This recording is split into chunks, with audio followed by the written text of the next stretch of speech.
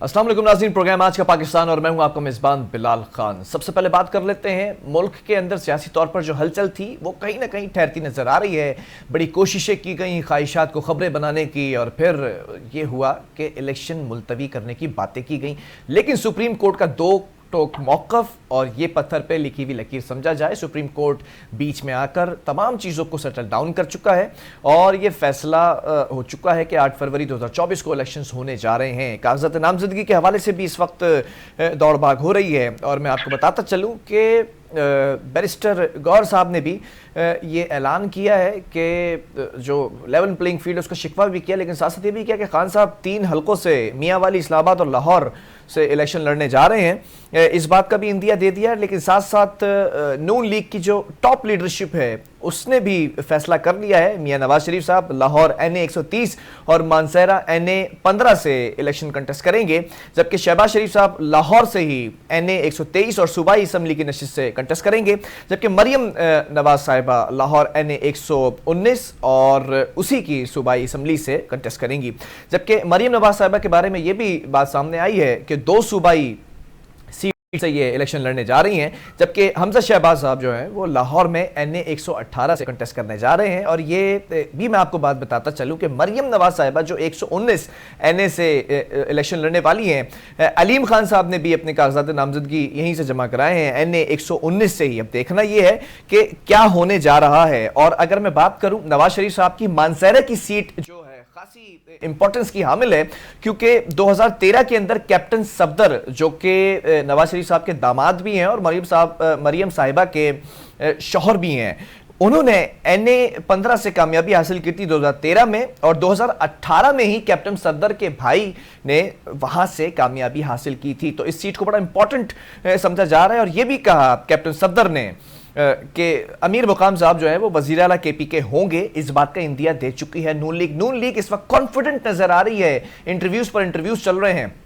दूसरी जानिब हम ये भी देखते आ रहे हैं कि पाकिस्तान पीपल्स पार्टी ने इस वक्त सियासी तौर पर सरगर्मी का आगाज कर दिया है, सरगर्म नजर आ रही है। पहले ये कहा जा रहा था कि पाकिस्तान पीपल्स पार्टी का नैरेटिव वाज़ेह तो है, लेकिन कहीं पॉलिटिकल कैंपेन नजर नहीं आ रही है। जो इलेक्शन कैंपेन होती है 3 माह से भी कम वक्त का अरसा रह चुका है 8 फरवरी के अंदर, तो अब ऐसा लगता है कि पाकिस्तान पीपल्स पार्टी अपने जो कार्ड्स हैं वो शो करना शुरू कर चुकी है। इसी से प्रोग्राम का आगाज कर लेते हैं। आज का मौजूद बहस भी यही है कि क्या होने जा रहा है और जो फजा कायम की गई थी लेवल प्लेइंग फील्ड की, और वो फजा क्या खत्म हो चुकी है या अभी भी लेवल मौजूद नहीं है सियासी जमातों के पास। हमारे साथ हमारा बड़ा खूबसूरत पैनल मौजूद है। पाकिस्तान पीपल्स पार्टी से नवाबजादा इफ्तिखार साहब हमारे साथ मौजूद हैं और पाकिस्तान मुस्लिम लीग नून से सिद्दीकुल फारूक साहब मौजूद हैं। आप दोनों का बहुत शुक्रगुजार हूँ।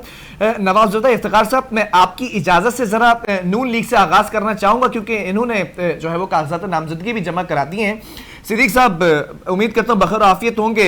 इस वक्त हर जबान ज़द-ए-आम है नून लीग, और अब तो कागजात नामजदगी भी जमा होना शुरू हो चुके हैं, वाज़ेह हो चुकी हैं सीट्स इलेक्शन के अंदर किस हल्के से कौन सा लीडर आपका जो है वो कंटेस्ट करेगा।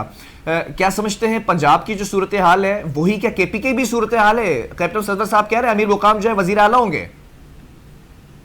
बिस्मिल्लाहिर्रहमानिर्रहीम। बिलाल साहब शुक्रिया, नवाज़ादा साहब को और बाकी दोस्तों को सबको सलाम और आदाब।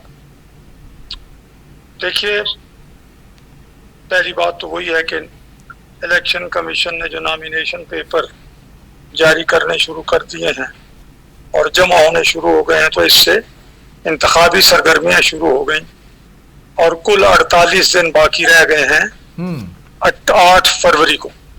तो ये 48 डेज बड़े, आप देखें, इसमें बड़ी तवानाई चाहिए।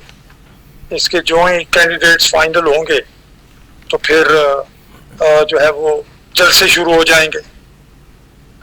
अच्छा, मैं आपने जो फरमाया, बिलाशुबा मुस्लिम लीग नून का वोट बैंक इंटैक्ट था। कुछ थोड़ी सी नाराजगी थी नवाज शरीफ साहब के वापस आने से। हमारे वो कारकुन के जा मैं नहीं बोल रहा, वो सब राजी भी हो गए और मुतहर्रिक भी हो गए, और उन्होंने लोगों को मुतहर्रिक भी कर लिया। अब लोग ये समझ गए हैं कि किसने किस अरसे में क्या किया और बुनियादी खराबी क्या है। ये 17 तक बहुत अच्छे हालात जा रहे थे, फिर क्या हुआ, किसने किया, किसने IMF के साथ मुआहदे किए, किसने स्टेट बैंक को गिरवी रखा, किसने CPEC वगैरह बंद किए, किसने IMF के साथ मुआहदा करके तोड़ा, कहां से कहां मुल्क को पहुंचा दिया। और फिर उसके बाद हठधर्मी और फिर करप्शन सामने आ रही है जिसके सबूत उनके अपने हाथों के हैं। लिहाजा लोग समझ रहे हैं, समझते जा रहे हैं।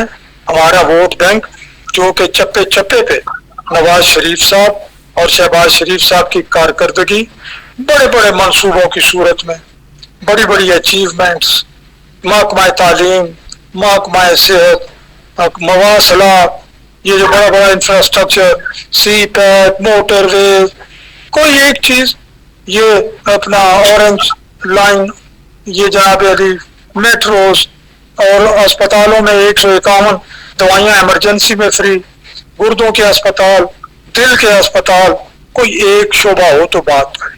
हर तरफ मुस्लिम लीग नून ने जो काम किए हैं वो नजर आते हैं, ठीक है, और लोग अप्रिशिएट कर रहे हैं। ठीक है, इसलिए हमारा वोट बैंक जो जो इंतखाबी मुहिम आगे बढ़ेगी, चलें, मजीद बढ़ेगा इंशाअल्लाह। ठीक है। नवाज इफ्तिखार साहब, आप देख रहे हैं कि पाकिस्तान मुस्लिम लीग नून बड़ी एक्टिव है, पॉलिटिकल कैंपेन भी स्टार्ट हो चुकी है, तमाम चीजें हैं, लेकिन पाकिस्तान पीपल्स पार्टी, मैं गुज़िश्ता प्रोग्राम्स के अंदर भी इस बात का तस्करा कर चुका हूं कि नून लीग को मियां साहब की वापसी के बाद जिस तरह से एक्टिव होना चाहिए था, वो कहीं ना कहीं उसके अंदर लीकेजेस नजर आए हैं। पार्टी के जो इजलास थे उसके अंदर भी बरहमी का इजहार करते नजर आए।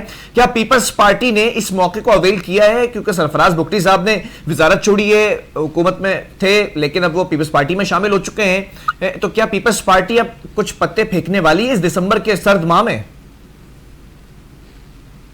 पीपल्स पार्टी ने अपनी कंपेन का आगाज जो ही असेंबली खत्म हुई थी तो वहां से हमने स्टार्ट कर दिया था। आपने देखा कि हमने बलूचिस्तान के अंदर, क्वेटा के अंदर रैलियां भी निकाली, स्टेडियम में, वहां पे जलसा भी क्वेटा में किया। फिर KPK के अंदर आपने देखा कि हमने 10-12 कन्वेंशन भी किए, और अभी कल जरदारी साहब भी तुर्बत में जाकर वहां पे वर्कर्स कन्वेंशन कर रहे हैं।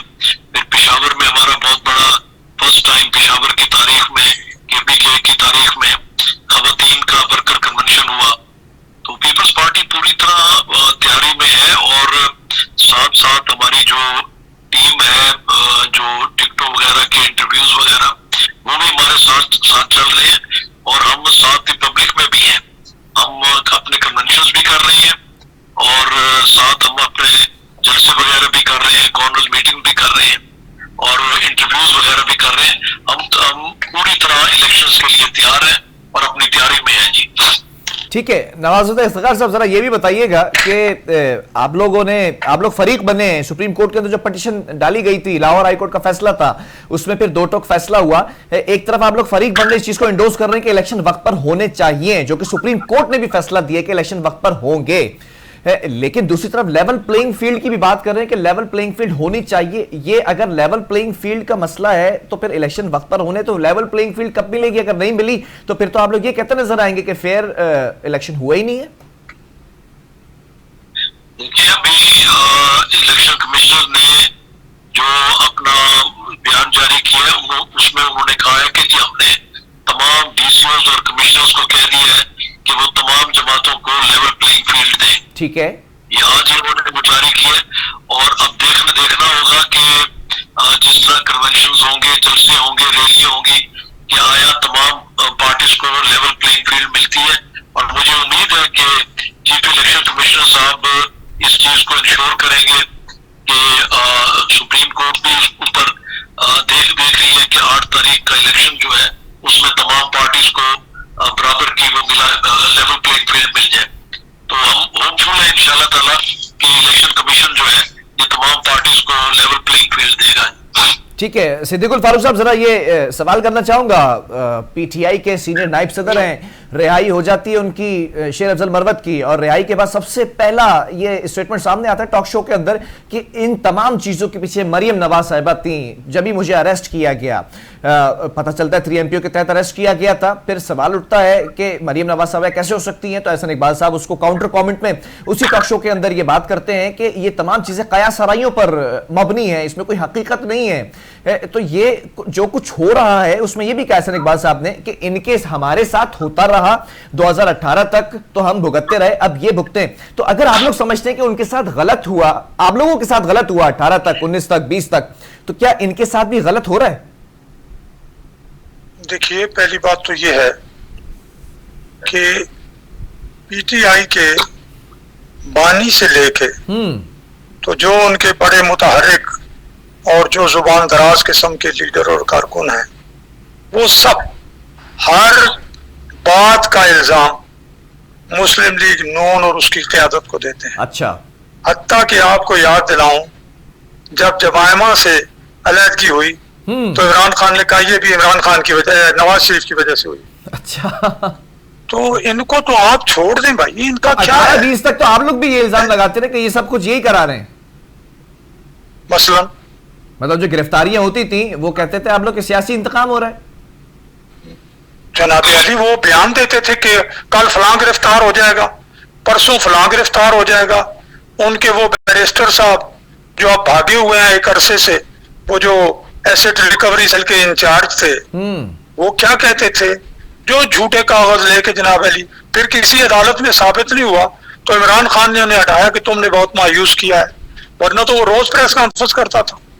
इमरान खान अमेरिका में जाके ऐलान करते थे मौसूफ, मैं अब ये कर दूंगा, तकलीफ होगी तो मैं एसी निकाल लूंगा, अपनी बारी आई है तो 4-4 कमरे दे दो, 6-6 कमरे दे दो, मुझे जनाब अली वो साइकिल दे दो एक्सरसाइज करने वाली, आप धूप के लिए मुझे धूप में बैठने की जगह दे दो, मुझे छोटा गोश्त खाना है, मुझे मुर्गी खानी है देसी। ये सारी बातें आप अच्छा सिद्दीक साहब मैं पीपल्स पार्टी से भी कमेंट लूंगा, लेकिन आपसे ये सवाल बनता है कि पीपल्स पार्टी ने ये कहा है और ये कहती आ रही है मियां साहब की वापसी तक कि ये उसी ट्रैक पर हैं आप लोग जिस ट्रैक पर खान साहब थे। फिर आप लोगों आपके जो रहनुमा है, सीनियर लीडरशिप है, चाहे मैं एहसन इकबाल साहब की बात कर लूं या फिर राना सल्लल्लाहु साहब की बात कर लूं, तो वो भी ये कहते रहे कि इन लोगों ने इनकी हुकूमत में हमारे साथ जो कुछ होता रहा हमने भी भुगता है, अब ये भी भुगते हैं। तो ये तासुर जा रहा है कि ये ऐसा लग रहा है प्लांटेड तौर पर कराया जा रहा है। फिर पीपल्स पार्टी भी कह रही है कि उसी स्क्रिप्ट पर चल रहे हैं आप लोग। देखिए ना, मैं आपसे अर्ज करूंगा कि हम या तो हमारे पास हुकूमत हो जी, हमारी हुकूमत या मुश्तरका मखलूत हुकूमत जो रही उसमें तो इमरान खान के गिरफ्तार भी नहीं हुए। इमरान खान के और इनके लोगों के अपने जो जराइम हैं, बरतानिया से 180 मिलियन पाउंड आते हैं जो कोई 45-40 अरब रुपए है, वो उठा के बंद लिफाफे में काबीना से मंजूरी लेते हैं जी, किसी के अकाउंट में डाल देते हैं। अब सुप्रीम कोर्ट ने फैसला करके वो पैसे मरकजी हुकूमत को और सूबाई हुकूमत सिंध को उनके हिस्से के मुताबिक दे दिए हैं, वो पैसे रिकवर किए हैं सुप्रीम कोर्ट ने। अच्छा। तो ये सबूत भी मौजूद, मतलब यानी लाश भी मौजूद, कत्ल करने में इस्तेमाल होने वाला हथियार भी मौजूद, बंदा भी मौजूद और एतराफ भी हो रहा है। तो अब इसमें अगर मुकदमा बनता है और शहादतें आती हैं और सजाएं होती हैं, तो हमने क्या किया इसमें भाई? ये तो उन्होंने अपने का खुद किया है। अच्छा। साइफर में देख लें इन्होंने क्या किया, हर चीज सामने मौजूद। हाँ। इनके अपने लोग गवाहियां दे रहे हैं। साइफर के ये इमरान खान का एतराफी बयान कि जनाब मुझसे गुम हो गई है, फिर वो साइफर कहीं अमेरिका से दरियाफ्त होती है, अमेरिका ने साइफर भेजा, साजिश की, अमेरिका ने नहीं किया। ये सारी बातें चले इमरान खान साहब की अपनी मौजूद। ठीक है, नवाज मुकदमे बनेंगे। जी जी, नवाज इफ्तिखार साहब, मैं जरा ये सवाल करने वाला था लेकिन कंटिन्यूटी टूट जाएगी। आपसे मेरा ये सवाल है कि आपने अभी अपने पिछले जुमले में कहा कि लेवल प्लेइंग फील्ड सबके पास होना चाहिए, तो क्या आपको लगता है कि पीटीआई के पास तो प्लेइंग फील्ड भी मौजूद नहीं है? क्योंकि अभी इनका जो वर्चुअल ऑनलाइन जलसा था उसमें भी शिकायत मौसूल हुई, पीटीआई बहरहाल तहकीकात कर रहा है, लेकिन आम लोगों से यही राय मिली है कि उस दिन तो सोशल मीडिया की जो एप्लीकेशंस हैं वो नहीं चल रही थी, तो जलसा नाकाम करने की क्या कोशिश की गई थी? तो लगता है आपको क्या प्लेइंग फील्ड भी मौजूद नहीं है? देखो, मैंने अर्ज किया कि आज इलेक्शन कमीशन साहब का जो स्टेटमेंट आया है, आज उन्होंने ये सारी इंस्ट्रक्शन जारी की है, तो हम उम्मीद करते हैं कि इंशाल्लाह ताला सबके लिए लेवल प्लेइंग फील्ड होगा जी। अच्छा, पाकिस्तान पीपल्स पार्टी के पास भी प्लेइंग फील्ड आ गई है, लेवल आ चुका है? देखिए, हम तो अपना प्रोग्राम कर रहे हैं, हम अपने जलसे भी कर रहे हैं, हम अपने प्रोग्राम्स भी कर रहे हैं, कन्वेंशंस भी कर रहे हैं, तो सारा अपना इलेक्शन के उसमें है, तैयारी में है और पूरा अपना कर रहे हैं जी। तो अब तो ये शिकवा खत्म हो गया ना लेवल प्लेइंग फील्ड का, जो निसार खोड़ो साहब कहते रहे और दीगर आपके जो सियासी रहनुमा फैसल करीम कुंडी साहब भी कहते रहे, शेरिमान साहिबा भी कहती रही, लेवल प्लेइंग फील्ड की जो बात करते रहे, अब तो खत्म हो गया ना ये मसला, ये शिकवा? देखिए, ये स्टार्ट में हमारा ये रहा है, लेवल प्लेइंग फील्ड का हमारा स्टांस था, और अब तो शेड्यूल अनाउंस होने के बाद तो फिर हम इलेक्शन कैंपेन में चले गए ना जी। अब वो बातें सारी पीछे रह गई कि वो जो हमारे गिले शिकवे थे लेवल प्लेइंग फील्ड के सिलसिले में, वो तो अपनी जगह पे कायम थे, और अब क्योंकि शेड्यूल अनाउंस हो गया तो अब हम इलेक्शन के इसमें है, प्रोसेस में है जी। अच्छा नवाज इफ्तिखार साहब, एक सवाल मुझे यहाँ पर याद आया, अभी जब रिसेंटली चमगोइयां हो रही थी कि बिलावल भुट्टो जरदारी साहब और आसिफ जरदारी साहब एक पेज पर नहीं है, फिर वो दुबई गए थे, फिर वापस आए थे, पिक्चर पोस्ट की गई थी, फिर उसके बाद जो जलसा हुआ था, अगर उसके जुमलों को उठाकर सुना जाए, मैं गालिबन आप लोगों को सुनवाता भी, बिलावल भुट्टो जरदारी साहब ने वहां पर वही जो शेर से आगाज किया था, उसमें यही था, जो उमर रसीदा लोग हैं, जो बाबे हैं, उन्हीं को टारगेट किया, लेकिन जरदारी साहब ने भी यही कहा कि हमें हर दौर में बिलावल को जो है वो सपोर्ट करते रहना है, बिलावल की तरबियत करनी है। तो वो दोनों के शिकवे उन स्पीचेस में भी नजर आए थे जो एक दूसरे से थे, लेकिन बिलावल भुट्टो जरदारी साहब ने एक नारा लगवाया और खुद उसका इनिशिएट किया, फिर लोगों ने उसका जवाब दिया, एक बारी और जरदारी। तो फिर कुछ एक खबर दे रहे हैं क्या जरदारी साहब के इस बार पॉलिटिक्स के अंदर कोई एंट्री, हुकूमत में कोई एंट्री होगी, कोई आम ओहदा लेने जा रही है पीपल्स पार्टी, कोई डील हो गई है क्या? देखिए, आप उसी जलसे में आप देखें कि जब जरदारी साहब को वो बलोचों वाली बात उनके सर पे रखी गई, तो उन्होंने अपने सर से उतार के वो बिलावल साहब के सर पे रखी कि ये हमारे मुस्तकबिल के हमारे लीडर हैं, और उन्होंने बड़ा वाज़ेह पैगाम दिया। और ये तो एक बस बात बना दी, इससे पहले ना उनके दरमियान कोई इख्तिलाफ था, और चेयरमैन साहब ने बड़ी क्लियर बात की थी कि जब वो 70 साल की सियासत की बात करते हैं तो वही बात है उनकी कि ये जो एक दूसरे के खिलाफ इंतकामी करें, वो चाहते हैं कि वो जो 70 की जो पॉलिटिक्स थी, जिसमें एक दूसरे के खिलाफ एक गवर्नमेंट आ रही है, वो जो जा रहे हैं उनके खिलाफ कार्रवाई है, फिर दूसरी आ रही है वो पहले वालों के खिलाफ कार्रवाई है, और जेलों में डालना, इंतकामी कार्रवाई। तो चेयरमैन साहब का तो इशारा उससे उस तरफ था कि उस पॉलिटिक्स को हमें खत्म करना चाहिए। अच्छा, मतलब हमें भी ये बात पता है हम साफियों को कि जो जलसे जुलूस होते हैं और उसके अंदर जो नारे होते हैं या फिर उसके अंदर जो स्लोगन्स होते हैं या कोई एक खास जुमला होता है, वो कहीं ना कहीं एक पैगाम होता है, खास तौर पर दूसरे जो आपके सियासी हरीफ हैं या हलीफ हैं उनके लिए। ये नारा भी लगा सकते थे, एक जरदारी सब पे भारी, जो बड़ा कॉमन एक मशहूर नारा है, एक बारी फिर जरदारी। ऐसा लग रहा है कि अब लेवल प्लेइंग फील्ड का आप भी अब शिकवा नहीं कर रहे हैं आज माशाल्लाह से, कोई बात हो गई है, कोई सेटलमेंट हो गई है, या कोई शिकवा था वो किसने दूर कर दिया, कैसे हो गया? देखिए, अब तो शेड्यूल हमारा तो पहले दिन से डिमांड ही शेड्यूल अनाउंस है। अब जब शेड्यूल अनाउंस हो अब तो हमने इलेक्शन प्लेन में जाना है ना। अब इलेक्शन कमिश्नर साहब ने भी कहा है कि तमाम पार्टी लेवल प्लेइंग मिले, और सुप्रीम कोर्ट ने भी इस चीज गारंटी की है जी। अच्छा, सिद्दीकुल फारूक साहब, मियां साहब ने परसों के रोज एक बात की है कराची वालों से भी और चित्राल वालों से भी। एक तो आपके इत्तेहादी में आपको याद दिला दूं, एमक्यूएम आपके साथ इत्तेहाद में सीट एडजस्टमेंट आप लोग करने जा रहे हैं। शहबाज शरीफ साहब के बारे में भी खबरें आ रही है कि कराची से किसी सीट से इलेक्शन लड़ने जा रहे हैं, वो तरदीद हो चुकी है कि सामने आ गए कागजात नामजदगी। सवाल यह है कि मियां साहब ने कहा कि कराची वालों के लिए भी कहा कि ग्रीन बस मंसूबे हम बनाते हैं, चित्राल वालों को भी कहा टनल हम बनाते हैं, वोट किसी और को दे देते हैं। तो ये डायरेक्टली हिट नहीं किया कहीं एमक्यूएम को? नहीं, हिट नहीं किया। देखें, इंतखाबी मुहिम में और इन दिनों में बातें तो होती रहती हैं। वोट उन्होंने दिए पिछले दिनों, जो भी चक्कर चलाया पीटीआई वालों को। एमक्यूएम के साथ तो पीपल्स पार्टी, मुस्लिम लीग नून के कई दफ़ा अलायंसेस बने, हुकूमतें बने, हुकूमतों में शामिल हुए। कभी हम उन्हें सपोर्ट कर रहे हैं, वो हमें सपोर्ट कर रहे हैं, कभी पीपल्स पार्टी के साथ वो जा रहे हैं। कभी पीपल्स पार्टी और उनकी आपस में शदीद लड़ाइयाँ हो रही हैं, हमारे साथ लड़ाई कोई नहीं, ठीक है। हाँ, वरना वो कराची कारनेज, कच्चा कला ऑपरेशन, पक्का कला ऑपरेशन, हैदराबाद ऑपरेशन और इस तरह की बहुत सी चीजें होती रही, तो हमारे साथ कोई लड़ाई नहीं हुई। तो ये जो बातें हैं ये उसमें से बहुत से हमारे दोस्त बिलाल खान की तरह कुछ न कुछ निकाल के ले आए तो अलग बात है, वरना ये बातें होती हैं रवानी में। सिद्दीक साहब, लेकिन कराची में तो चले ठीक है, सीट एडजस्टमेंट का इतना बड़ा मसला नहीं आना है मेरे जो इन्फॉर्मेशन है उसके मुताबिक, लेकिन अलीम खान साहब भी NA 119 से खड़े हो रहे हैं, मरियम नवाज साहिबा भी NA 119 से खड़ी हो रही हैं। मैंने पहले भी सवाल किया था आपके सियासी रहनुमाओं से, आपसे भी सवाल कर लेता हूं, क्या पता कुछ बेहतर जवाब मिल जाए मुझे। ये IPP के साथ सीट एडजस्टमेंट का मसला हल हो जाएगा? देखिए, बातें हो भी रही हैं। IPP में भी कोई ऐसे मतलब है आदमी नहीं है कि हम ये कहें को बहुत झगड़ालू हैं, को बहुत फसाद बर्पा करने वाले हैं। मुस्लिम लीग नून में तो ऐसी बात ही कोई नहीं है। जहां मुमकिन हुआ वहां हो जाएगी सीट एडजस्टमेंट, जहां मुमकिन नहीं हुआ वहां नहीं होगी।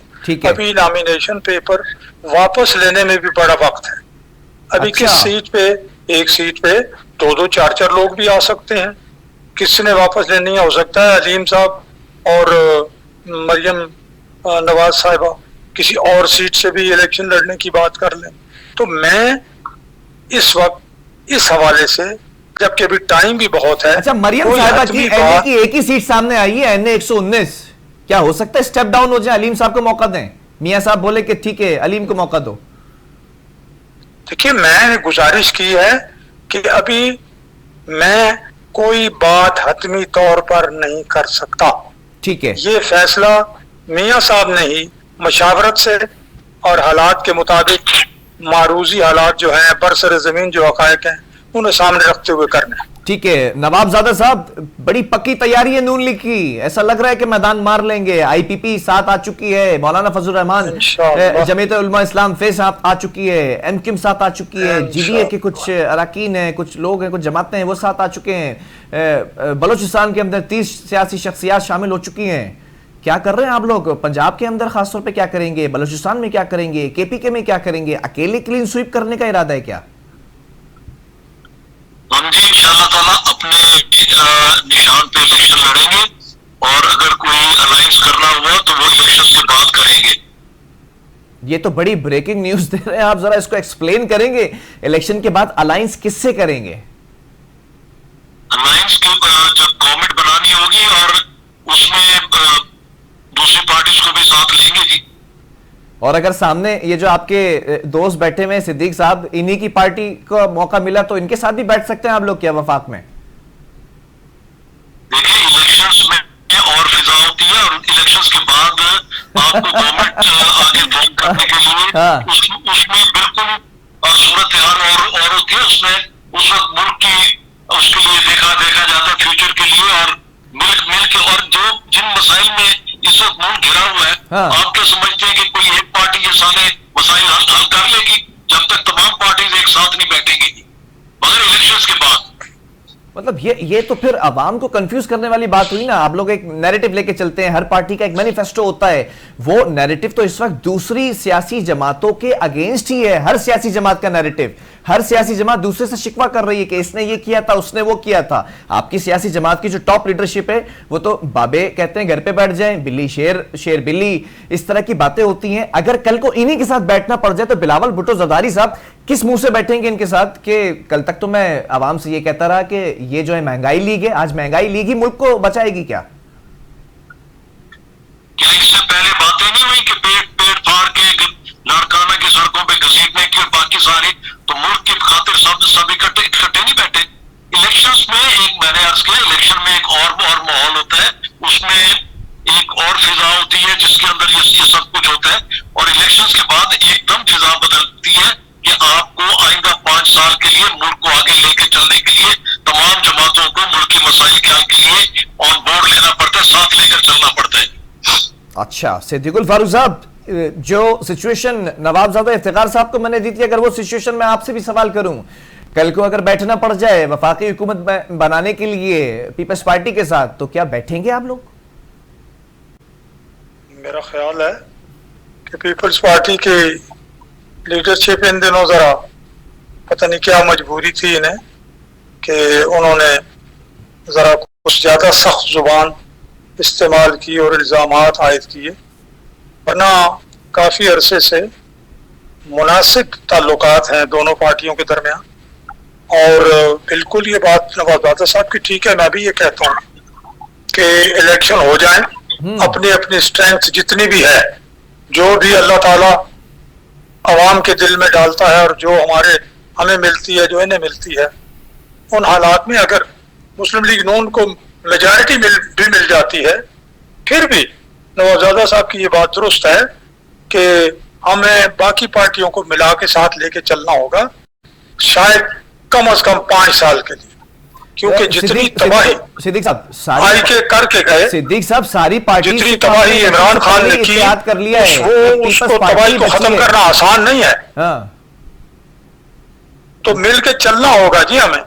नहीं, सारी सियासी जमातों से तो गालिबन आप लोग इत्तेहाद कर ही चुके हैं इलेक्शन से पहले, सीट एलोकेशन तो बहुत सारी जगहों पर कर रहे हैं आप, लेकिन पीपल्स पार्टी के लिए अभी तक कोई ऐसा सॉफ्ट कॉर्नर या कोई ऐसी मुलाकात नहीं हुई है। बस एक ही टेलीफोन कॉल हुआ था जरदारी साहब का जब मियां साहब वापस आए थे, उसके बाद कोई मुलाकात भी नहीं हुई है, जबकि मियां साहब ने कहा था कि हम अपने तमाम मेरा मतलब है मुलाकातें भी करेंगे। मैं ये कहना चाहता हूं कि चूंकि पीपल्स पार्टी की लीडर, जो नौजवान लीडर ने ज्यादा हीट पैदा की, वो अगरचे नवाज शरीफ साहब को अंकल नवाज शरीफ कहते, शहबाज शरीफ साहब को अंकल, नवाज शरीफ साहब से मिलने वो लंदन भी गए, शहबाज शरीफ साहब के बारे में उन्होंने कहा बहुत अच्छा काम कर रहे हैं, कराची को भी एक शहबाज शरीफ साहब चाहिए, सुबह शाम तारीफें करते रहे हैं जी। उसके बाद अचानक मैंने यही कहा ना, उन्हें कोई कुछ मसला हो गया, तो उस हीट में सवाल तो फिर दोबारा बैठकर मुज़ाकरात नहीं होते। पीपल्स पार्टी का नैरेटिव जब ये हीट खत्म होगी, जब ये हीट खत्म होगी, और वो हीट इलेक्शन के बाद ही खत्म होगी। सिद्दीक साहब, आप लोगों ने मिलकर 16 माह इस मुल्क को चलाया है, मिलकर वजारत उज़्मा आपके पास, वजारत खारजा नवाबजादा इफ्तिखार साहब की पार्टी के पास, और 16 माह के बाद फिर जब रास्ते जुदा हुए हैं और इस वक्त सियासी तौर पर नैरेटिव एक दूसरे के अगेंस्ट है, तो बिलावल भुट्टो जरदारी साहब अगर शिकवा कर रहे हैं या जरदारी साहब शिकवा कर रहे हैं, तो वो यही बात तो सामने आ रही है लाडले प्लस की, कि वो ये कहते हैं कि आप जिस तरह से वापस आए मियां साहब, और फिर उसके बाद जो कैंपेन चली है, जो कुछ चीजें हुई हैं, वो ये कह रहे हैं कि खान साहब वाले ट्रैक से उतर जाएं, हम आपके साथ हैं। तो खान साहब वाले ट्रैक पे क्यों जा रहे हैं मियां साहब? जरदारी साहब ने जो इंटरव्यू जी हामिद मीर साहब को दिया था जी, उसे एक मर्तबा आप सुन लें।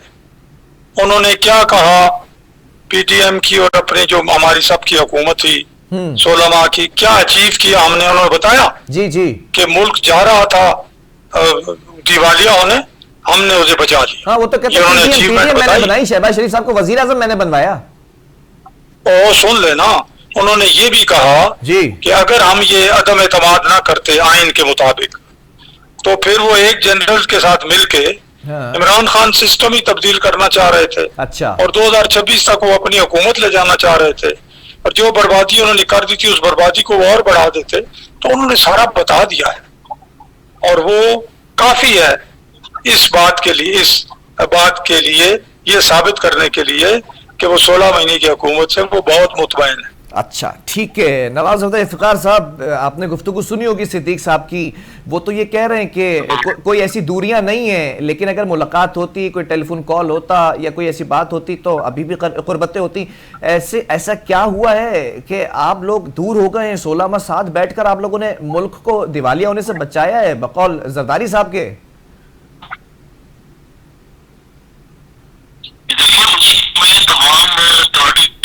जाता है कि सबने मिलकर ये अदम लेकर और आईनी तौर पर जो आइन की उसके मुताबिक था कि 76 सालों में फर्स्ट टाइम था कि आईनी इख्तियारात असेंबली ने अपना इख्तियार इस्तेमाल किया। इससे पहले सदर या 52B के तहत या सुप्रीम कोर्ट हुकूमतें खत्म करती थी या असेंबली खत्म करती थी। तो पहली दफा तमाम जमातों ने मिलकर आईनी अख्तियार इस्तेमाल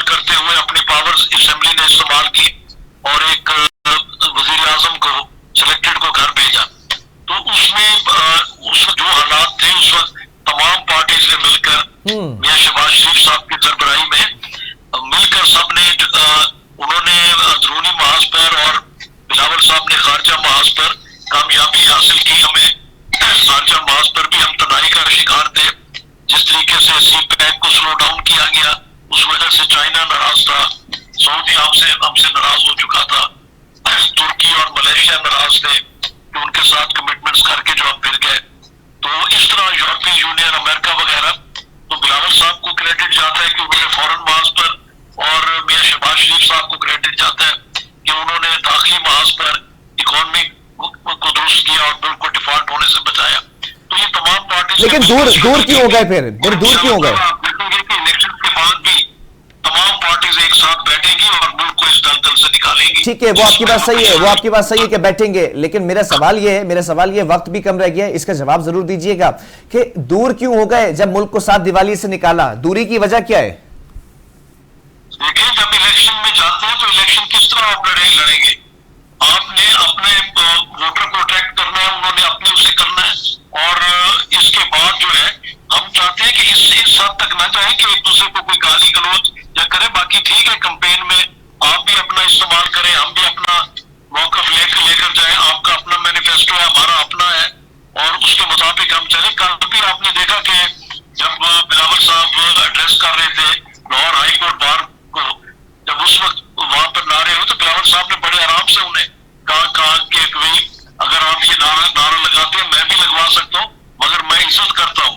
मैं चाहता हूँ कि आप भी एहतराम करें तमाम पॉलिटिशियंस का, बाकी भी मुल्क वतन है, और हम भी एहतराम करते हैं कि आप भी मुल्क वतन है।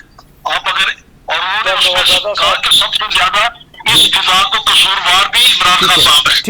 ठीक है, सिद्दीक साहब कुछ कहना चाह रहे हैं? जब नवाज़ाद साहब जवाब दे ले तो फिर मैं इसका अर्ज करता हूं। जी, आखिरी कंक्लूडिंग रिमार्क जरूर दीजिए इस पर सिद्दीक साहब। मैं ये अर्ज करूंगा कि अगर इंतखाबी मुहिम में भी मुस्लिम लीग नून और पीपल्स पार्टी एक दूसरे की तारीफें ही करें, तो फिर अपने प्लेटफॉर्म से इलेक्शन लड़ने की बजाय फिर एक इंतखाबी इत्तेहाद करके मुश्तरका कैंडिडेट खड़े कर दें। तो जब इलेक्शन होता है हर पार्टी अपना जोर दिखाती है, उसमें इस तरह की थोड़ी बहुत बात। तो फिर अगर ऐसी बात है सिद्दीक साहब, अगर ऐसी ही बात है सिद्दीक साहब, तो आप लोग इत्तेहाद की तरफ क्यों जा रहे हैं? ठीक, ठंडा हो जाएगा सब कुछ। सिद्दीक साहब, अगर ऐसी बात है, अगर इलेक्शन के अंदर नैरेटिव एक दूसरी सियासी जमातों के अगेंस्ट ही होना है अपनी कारकर्दगी बताए बगैर, तो फिर दूसरी सियासी जमातों के साथ आप लोग इत्तेहाद में क्यों जा रहे हैं? नहीं, कारकर्दगी तो बतानी पड़ती है ना। अब हम बताते हैं अपनी कारकर्दगी कि भाई ये मोटरवे देख लो, ये सी पैक देख लो। नहीं तो फिर मियां साहब अगर इतने कॉन्फिडेंट हैं तो मियां साहब, ये अस्पताल देख लो, तो मियां साहब फिर इत्तेहाद में क्यों जा रहे हैं इस वक्त? कौन सा इत्तेहाद? आईपीपी के साथ सीट एडजस्टमेंट हो रही है, एमक्यूएम के साथ प्री अलायंस हो चुका है। देखे ना, हम स्वीप तो नहीं कर रहे ना चारों सूबे। अच्छा, कहीं कमजोर हैं, कहीं एक पार्टी के वोट जरा ज्यादा हैं। इसका मतलब पीपल्स पार्टी आप लोगों से ज्यादा कॉन्फिडेंट है, वो किसी इत्तेहाद भी नहीं गए अभी तक। ये वो कह सकते हैं, हम चूंकि मुल्क को मुश्किल से निकालना मतलब आप समझते हैं आप कहीं ना कहीं कुछ कॉर्नर्स में, कुछ कॉरिडोर्स में वीक हैं, इसलिए इत्तेहाद कर रहे हैं। मोहतरम, हमें मेजॉरिटी से भी 2/3 अक्सरियत चाहिए। उसके लिए अब नवाज शरीफ साहब यहाँ नहीं रहे, ठीक है, उसके लिए हालात आगे पीछे हुए हैं, ठीक है, मतलब वीक है कहीं ना कहीं। उसके लिए हमने पिछली, तो वो जहां भी दूसरी पार्टियों से जो हमारी हम ख्याल पार्टियां हैं, जी इत्तेहाद बना के, अगर हमारी स्ट्रेंथ इतनी होती है कि हम सहूलत से हुकूमत चलाते हैं, पॉलिसियां बनाते हैं। अच्छा सिद्दीक साहब, एक सादा सवाल है आपसे, आखिरी सवाल है। इस बहरान से तो बहुत अच्छी बात है। एक आखिरी सवाल आपसे है, फिर मैं कंक्लूडिंग रिमार्क्स इफ्तिखार साहब से भी लूंगा। क्या मियां साहब जो इत्तेहाद कर रहे हैं वो ये समझते हैं कि अगर इनफरादी तौर पर बगैर किसी इत्तेहाद के, इलेक्शन से पहले इत्तेहाद से अगर हम जाते बगैर किसी इत्तेहाद के, तो क्या आप लोग मेजॉरिटी नहीं ले पाते? इतनी पॉपुलैरिटी नहीं है मियां साहब की क्या अभी इस वक्त मुल्क में? दो बातें हैं, एक तो जब हम मखलूत हुकूमत हमने बनाई पार्टियों ने मिलकर, जी, हमारे दरमियान एक एतमाद की फजा कायम हुई, ठीक है, उस एतमाद की फजा को हमने आगे बढ़ाना है, ठीक है, उसको साथ लेके उनको चलना है, ठीक है। और जाहिर है मैंने अर्ज किया कि सारी सीटें जो हैं ऑलमोस्ट 300 के करीब, ये हम सारी तो नहीं जीत सकते ना। नहीं, एक एतमाद होता है ना, इससे पहले भी तो आप लोगों ने लड़ा है ना इलेक्शन, इस कदर इत्तेहाद में तो नहीं गए आप लोग, और सूरत बदल गई। चलें, ठीक है, वो सूरत और थी, उस वक्त इतनी तबाही नहीं थी। मुझे मेरा जवाब मिल गया, मुझे उसके लिए हम इकट्ठे हो रहे हैं। मुझे मेरा जवाब मिल गया। इफ्तिखार साहब, आखिरी रिमार्क्स लेना चाहूंगा इस पर। क्या आप लोग ज्यादा कॉन्फिडेंट हैं कि मियां साहब की जो सियासी जमात है उससे ज्यादा पॉपुलर हैं क्या बिलावल भुट्टो जरदारी साहब या जरदारी साहब? हमारी अपनी पॉलिसी है, उनकी अपनी पॉलिसी है।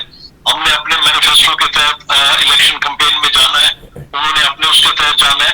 और हमारा पहले दिन से ये मौकफ था कि हम अपने ही इसके ऊपर निशान पे इलेक्शन लड़ेंगे। और उसके बाद जब इंशाल्लाह मुंतखब हो गए तो उसके बाद फिर जो है तमाम पार्टीज के साथ बैठेंगे, मुल्क को इस दलदल से निकालने के लिए इफ्तिखार साहब, साथ होकर चलेंगे। इफ्तिखार साहब, इस सवाल को मैं रीफ्रेस कर देता हूं, मुझे इजाजत दें, क्योंकि सिद्दीक साहब से भी मैंने यही सवाल किया था, गालिबन आपके पास इसका जवाब है। मैं जरा रीफ्रेस कर देता हूं, क्या मियां साहब इतने पॉपुलर हैं कि जो दूसरी सियासी जमातें हैं वो उनके साथ जुड़ रही हैं कि मियां साहब ही आएंगे? देखिए, वो अगर मुनासिब समझते हैं तो जरूर उनके साथ जुड़े, और मियां साहब अगर मुनासिब समझते हैं सबको लेकर चलना इलेक्शन से पहले तो वो जरूर करेंगे। ठीक है, ठीक है, चले, बहुत शुक्रिया दोनों मौजूद मेहमानों का। नवाजुल इफ्तिखार साहब भी हमारे साथ मौजूद है और सिद्दीक अल फारूक साहब भी मौजूद है। अब देखना ये है कि पॉपुलर जमात कौन सी है। गालिबन अभी कुछ ही दिनों के अंदर जो है वो सर्वेस आ जाएंगे कि कौन सी सियासी जमात इस वक्त मुल्क के अंदर पॉपुलर है, वो भी आपसे शेयर करेंगे। लेकिन अब देखना ये कि 8 फरवरी को जो इलेक्शन होने जा रहे हैं उसमें कौन सी सियासी जमात बरसरे इख्तिदार आती है। अल्लाह हाफिज।